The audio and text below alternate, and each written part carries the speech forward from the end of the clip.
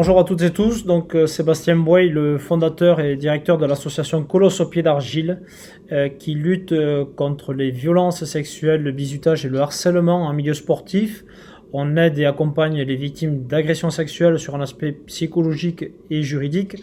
Et nous formons également les encadrants, les personnes qui encadrent les enfants sur comment identifier une victime par rapport au changement de comportement qu'elle peut avoir, comment recevoir sa parole, comment la signaler, comment aussi auditionner des mises en cause, des victimes ou des témoins, et comment écouter surtout la parole de la victime, ce qui est le plus important dans le cheminement de reconstruction d'une victime. Donc l'association est née de mon histoire personnelle. J'ai moi-même été violé de 11 ans et demi à 16 ans. J'ai pu en parler 18 ans après. Pendant ces 18 ans, beaucoup de mécanismes d'autodestruction, en mal qui nous faisaient du bien, qui m'apaisaient. Je suis aussi un ancien rugbyman, ça se voit peut-être. Donc voilà pourquoi j'en suis là aujourd'hui, tout simplement parce que j'ai pu parler grâce à une autre victime. J'ai fait 30 ans de rugby en Pro D2, en équipe de France amateur.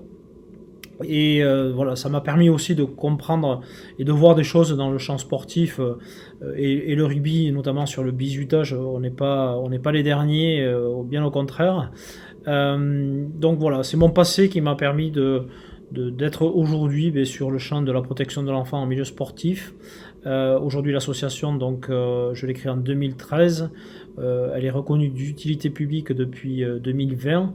Quand j'ai créé cette association, jamais j'aurais imaginé en être là aujourd'hui, c'est-à-dire être salarié de l'association, avoir 14 salariés, bientôt 21, et surtout permettre à toutes ces victimes de libérer leur parole, parce qu'on intervient dans le champ sportif, dans l'animation et dans l'éducation, et il n'y a pas eu une fois lors de mes interventions, je n'ai pas eu de victime face à moi.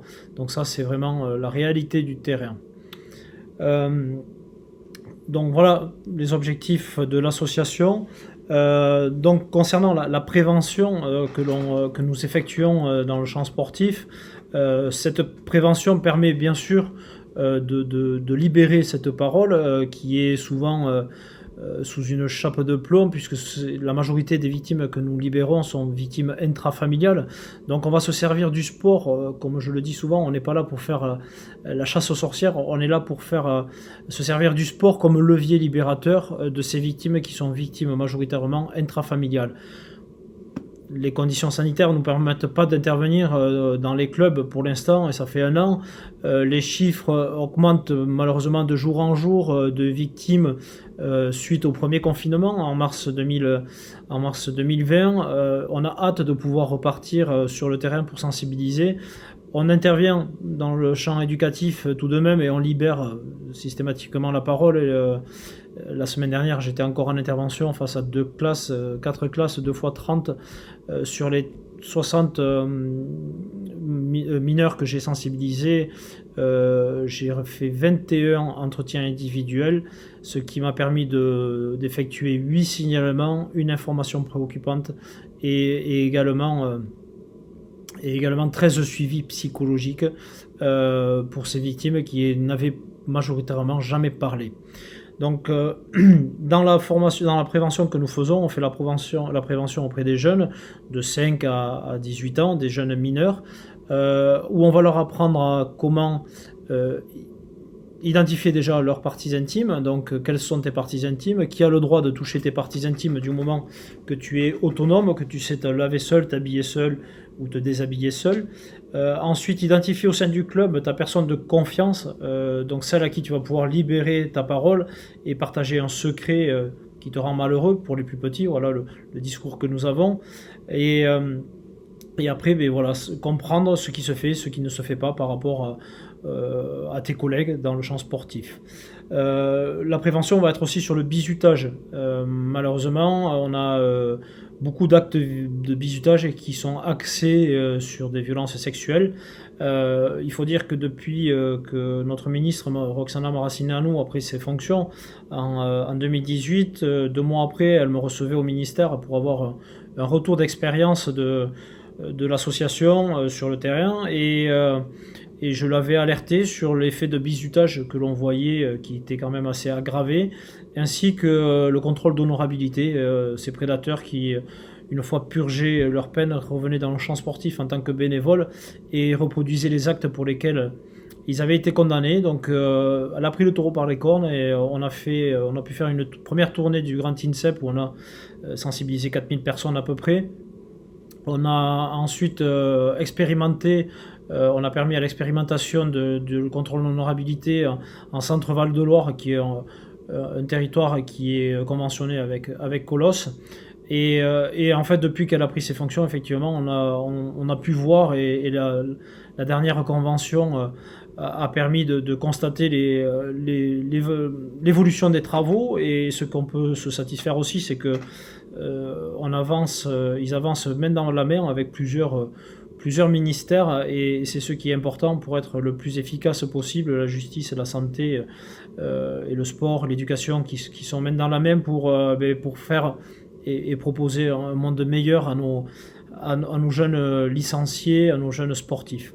Donc aujourd'hui, il y a un manque cruel de formation de tous ces encadrants en milieu sportif, mais même éducatif, sur l'identification des victimes, sur le repérage, sur l'accueil de leurs paroles et comment agir après en ayant reçu la parole, donc le signalement. Les travaux sont en train de se mettre en place aussi dans plusieurs ministères, donc voilà, on avance et tant mieux. Les spécificités des interventions dans le sport, donc dans les CREPS, on va axer nos interventions sur tout ce qui est bizutage, harcèlement et les violences numériques. Donc le bizutage, c'est un fléau, ça a toujours existé malheureusement. Pour enrayer ce phénomène de début de saison en général, ça passe par la prévention, bien sûr, mais je pense que, et ça sera inévitable, de passer par des sanctions exemplaires par rapport à ces protagonistes. Mais il faut que ces sanctions soient suivies par les établissements, données souvent par les établissements, mais aussi suivies par les fédérations. Pour que, voilà, il faut qu'il y ait une harmonisation des sanctions. Quand elles sont exemplaires, en général, ça sert d'exemple. On l'a vu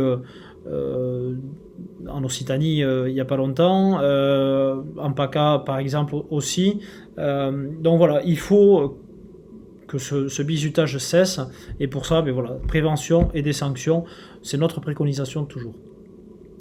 Les interventions que l'on fait dans le sport sont souvent axées et font suite aussi à des conventions que nous faisons en général pluriannuelles avec les fédérations françaises. On a actuellement à peu près 40 fédérations qui sont conventionnées avec nous, plusieurs étapes dans la convention, la formation des encadrants, des référents territoriaux, en général régionaux, les cadres techniques par exemple, les référents qui ont été mis en place également et à la demande du ministère sur tout ce qui est violence sexuelle interne, donc aux fédérations.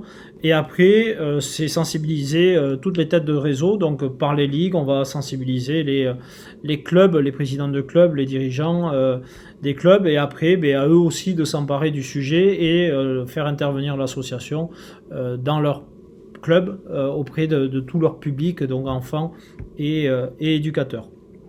Donc ça, c'est les conventions fédérales. Le sport, donc je l'ai dit, quand on intervient, on fait ce qu'il faut entendre, on fait la protection de l'enfant, mais aussi celle de l'éducateur. Parce que malheureusement, il y a des situations où des éducateurs vont se mettre dans des situations qui peuvent être mal interprétées et être sujets à de fausses allégations. Malheureusement, ces fausses allégations peuvent avoir des fins tragiques pour celui qui s'est retrouvé dénoncé ou mis en cause.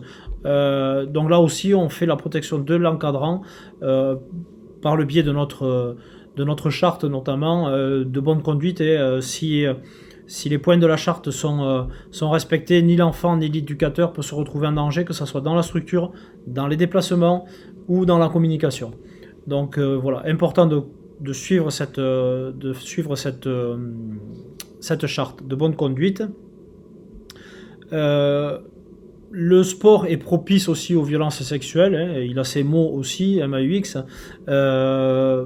le rapport entraîneur-entraîné qui peut permettre aussi de verrouiller la parole, d'avoir accès aussi par le biais du chantage. Si tu acceptes de faire ce que j'ai envie, ben, tu seras titulaire, tu seras capitaine, tu seras sélectionné. Pour certains même, tu pourras partir au JO. Il y a des affaires dans le judo actuellement où voilà, c'est ce qui faisait miroiter pour pouvoir avoir accès à sa victime. La mainmise qui permet aussi de verrouiller la parole. Il y a aussi la performance par procuration des parents qui ont totalement confiance à l'entraîneur et qui veulent peut-être avoir la carrière, qui souhaitent la carrière à leurs enfants que eux n'ont pas réussi à avoir, et donc ils vont fermer les yeux sur des changements de comportement que peuvent avoir un enfant. Il y a des blessures récurrentes aussi qui vont arriver si l'enfant ne veut plus aller pratiquer son sport alors que c'était un passionné, ou alors à contrario qui va devenir très boulimique de ce sport et qui va justement multiplier les entraînements pour s'occuper l'esprit et oublier ce qui se passe aussi peut-être dans le vestiaire avec son entraîneur ou dans les dépassements ou ce qui s'est passé. Donc voilà le sport, pourquoi il est propice. Il y a aussi le rapport au corps que l'on connaît tous dans le sport de contact. Il y a aussi les tenues qui peuvent attirer du voyeurisme, des mateurs, donc la natation où l'enfant est peu vêtu, l'athlétisme, la gymnastique, on a pas mal de problèmes de clichés aussi qui sont pris par-dessous les cabines, au bord du terrain aussi. Donc voilà les spécificités du sport que l'on peut voir en partie. Il y a aussi la problématique, enfin ce n'est pas une problématique, mais on a les victimes qui parlent post-carrière. Donc d'où l'importance, on l'a vu l'année dernière, si on en est là aujourd'hui avec ces conventions et si le ministère, les choses évoluent au sein des fédérations, c'est grâce à la libération de la parole de victimes qui étaient connues mondialement, ce qui permet de libérer d'autres victimes et de faire prendre conscience aussi que ça arrive. Peu importe le sport, il n'y a pas un sport qui est épargné de toute façon par ce fléau. Donc essayons de motiver les victimes à parler pendant leur carrière, en leur promettant de ne pas mettre fin à leur carrière et de les accompagner et de les mettre dans une posture de victime et de pas coupable, puisque en général l'agresseur, tu l'as bien cherché, c'est de ta faute, tu m'as provoqué. Donc voilà, c'est resituer la victime dans la peau d'une victime et non d'une coupable pendant sa carrière. Et ça permet justement aussi de dénoncer un agresseur, homme ou femme, je le répète, parce que il n'y a pas que les hommes qui peuvent être agresseurs, les femmes aussi, il n'y a pas que les femmes qui peuvent être victimes, les hommes aussi, j'en suis la preuve. Les limites des actions dans le sport, nous ce qu'on souhaiterait c'est qu'il y ait de la mixité dans la gouvernance, et que ces gouvernances fédérales soient aussi rajeunies, parce qu'on s'est retrouvé avec des réflexions, oui mais moi à l'époque ça se passait comme ça, non, on a changé d'époque. Moi j'ai créé l'association en 2013, on n'en était pas là où on en est aujourd'hui, grâce à cette libération de la parole, grâce aux médias, il faut le souligner aussi, qui relayent et qui accompagnent les victimes et qui dénoncent du coup ces auteurs de violences sexuelles.